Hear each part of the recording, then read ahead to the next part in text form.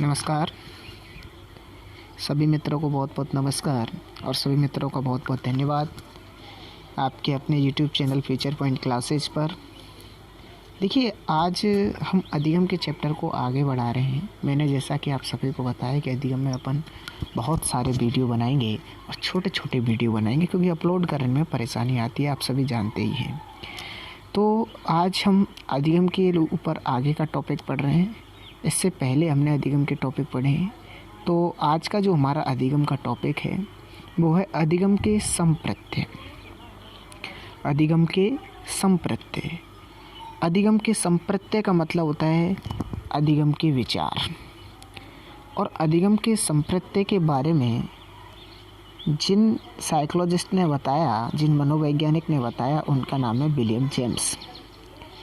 William James ने अधिगम के संप्रत्ययों का बहुत ही विस्तार से वर्णन किया और जिस पुस्तक में वर्णन किया उस पुस्तक का नाम था द प्रिंसिपल ऑफ साइकोलॉजी। अर्थात विलियम जेम्स ने एक पुस्तक लिखी द प्रिंसिपल ऑफ साइकोलॉजी, जिसके राइटर थे विलियम जेम्स। उस पुस्तक में विलियम जेम्स ने क्या किया कि अधिगम के संप्रत्ययों को बहुत ही विस्तार से चर्चा की। अधिगम के संप्रत्यय मित्रों 6 होते हैं। देखिए, सबसे पहले हम बताते हैं कि अधिगम के संप्रत्यय जो 6 होते हैं वो कौन कौन से होते हैं। तो पहला होता है आत्म संप्रत्यय, दूसरा होता है अभिवृत्ति मनोवृत्ति, तीसरा होता है अभियोग्यता अभिक्षमता, और चौथा होता है रुचि, और पांचवा है आदत, और छठा है सामाजिक कौशल। इस प्रकार से अधिगम के जो संप्रत्यय होते हैं वो कितने होते हैं मित्रों? 6 होते हैं। एक एक संप्रत्यय के बारे में विचार से चर्चा करेंगे, चाहे अधिगम के संप्रत्यय पर 2 ही वीडियो क्यों ना बनाने पड़े। देखिए मित्रों, सबसे पहले हम अधिगम का पहला ही संप्रत्यय ले लेते हैं, आत्म संप्रत्यय।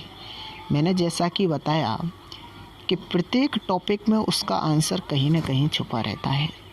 तो जैसा कि आपको बताते हैं कि आपका जैसा आत्म संप्रत्यय, तो आत्म संप्रत्यय का पहले अर्थ समझ में आना चाहिए कि आत्म संप्रत्यय का अर्थ क्या होता है। तो आत्म संप्रत्यय, इसमें आत्म का तो अर्थ है स्वयं से और संप्रत्यय का अर्थ है विचार से। अर्थात आत्म संप्रत्यय का अर्थ हुआ स्वयं के विचार करने से, अर्थात स्वयं के बारे में विचार करने से, स्वयं के बारे में सोचने को ही मनोविज्ञान की भाषा में आत्म संप्रत्यय कहा जाता है। आप अपने बारे में क्या सोचते हैं, आप अपने बारे में कैसा सोचते हैं, आप अपने बारे में क्यों सोचते हैं, इसको ही मनोविज्ञान की भाषा में क्या कहा जाता है? आत्म संप्रत्यय। देखिए मित्रों, आत्म संप्रत्यय 2 प्रकार का होता है। आत्म संप्रत्यय कितने प्रकार का होता है? 2 प्रकार का आत्म संप्रत्यय होता है। आपके लिए बता दूं। देखिए, पहला जो आत्म संप्रत्यय होता है, ध्यान से सुन लीजिए मित्रों, वो होता है वास्तविक संप्रत्यय और एक होता है काल्पनिक संप्रत्यय। अधिगम के आत्म संप्रत्यय 2 प्रकार के हुए, एक तो वास्तविक संप्रत्यय और एक काल्पनिक संप्रत्यय। वास्तविक संप्रत्यय का मतलब क्या होता है वो समझिए। वास्तविक संप्रत्यय का मतलब होता है कि आप अपनी वास्तविक स्थिति को सोच पा रहे हो, और आप आपकी वास्तविक स्थिति को कब सोचते हो? जब आप अपने को लेकर वर्तमान के बारे में सोचते हो। वर्तमान के बारे में जैसे कि आप विचार करते हो, मैं क्या हूँ, कौन हूँ, कैसा हूँ। इस प्रकार के जब प्रश्न आपके मन में आते हैं और आप अपनी वर्तमान की स्थिति को लेकर सोचते हो, तो ये आपके सोचने के कैसे संप्रत्यय हुआ मित्रों? वास्तविक संप्रत्यय हुआ, क्योंकि आपकी वर्तमान में जो स्थिति है वो आपकी वास्तविक स्थिति है। और काल्पनिक संप्रत्यय का मतलब क्या होता है? जब आप अपने भविष्य के बारे में सोचने लग जाते हो, क्योंकि कल्पना ही तो कर सकते हो भविष्य के बारे में। भविष्य में आपकी वो घटना घटित हो कि नहीं हो, ये तो भगवान ही जानता है। लेकिन आप जो अपने भविष्य के बारे में कल्पना करते हो कि मैं क्या बनूंगा, कब बनूंगा, कैसे बनूंगा, तो भविष्य में आप क्या बनोगे, कब बनोगे, क्या नहीं बनोगे, जो बनोगे वो आप क्या सोच रहे हो? भविष्य का सोच रहे हो, अर्थात अपनी कल्पना ही तो कर रहे हो आप। तो आपका जो संप्रत्यय है आपके बारे में सोचने का है वो है काल्पनिक संप्रत्यय।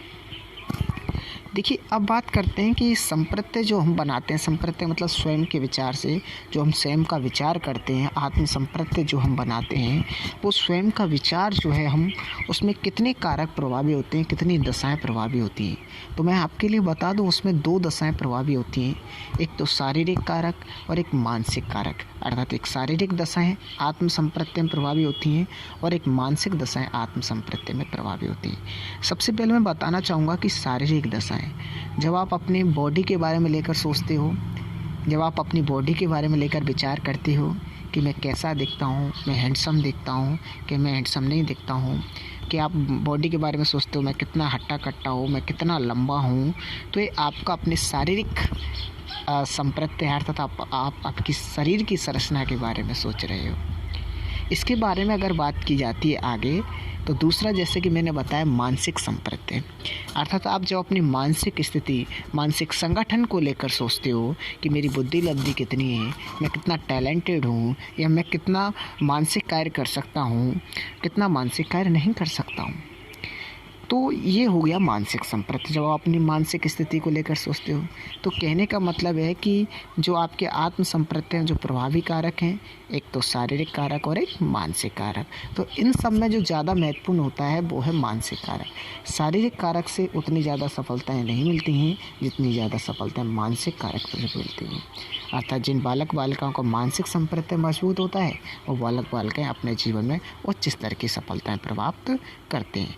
तो इस वीडियो में हमने अधिगम के पहले संप्रत्यय की चर्चा की और उसका नाम क्या था, आत्म संप्रत्यय, और आत्म संप्रत्यय का मतलब क्या था, स्वयं के विचार से।